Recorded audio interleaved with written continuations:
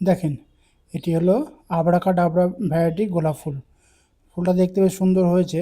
তো শীতকালে যখন ফুটেছিল, যখন আমি নিয়ে আসি, তখন একটু বেশ এরকম কফি কালার মতো হয়েছিল। তার উপরে পাপড়িগুলির উপরে কয়েক জায়গায় একটু হলুদ রঙের, মানে একটু স্ল্যাশ মতো দাগ দেখা দিয়েছিল।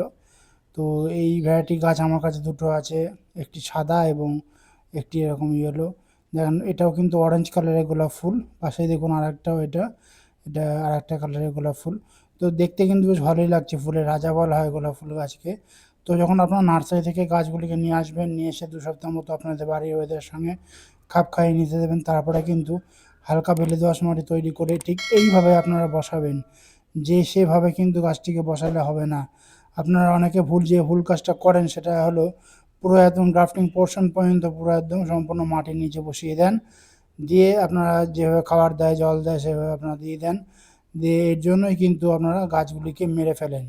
অনেকে কিন্তু এই ভুল কাজটা করে ফেলেন, আমি নিজের চোখেও দেখেছি, আপনাদেরকে ভিডিওতেও দেখিয়েছি।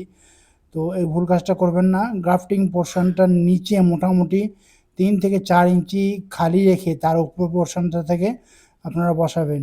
এর ফলে দেখবেন গাছগুলি বেঁচে যাবে, কোনো রকমের ডাইব্যাক কিন্তু হবে না, এবং এরকম সুন্দর সুন্দর ফুলও কিন্তু আপনারা বাড়াতে পারবেন আপনাদের গোলাপ ফুল গাছ থেকে। তো এই বিষয়ে কিন্তু আমি একটা ভিডিও আমার চ্যানেলে আমি পোস্ট করেছি, আপনারা দেখে নেবেন। তাহলে আপনাদের কোনো অসুবিধা কিন্তু আর হবে না। মনে করে কিন্তু কাজটা আপনারা করবেন। ভুল করেও কিন্তু গ্রাফটিং পোর্শনটাকে কখনোই আপনারা মাটির নিচে বসিয়ে দেবেন না। তাহলে ওই যেখানে গ্রাফটিং করেছেন সেই গ্রাফটিং পোর্শনের ওপর থেকে কিন্তু গাছটি পচে গিয়ে শেষ পর্যন্ত মারাও যেতে পারে।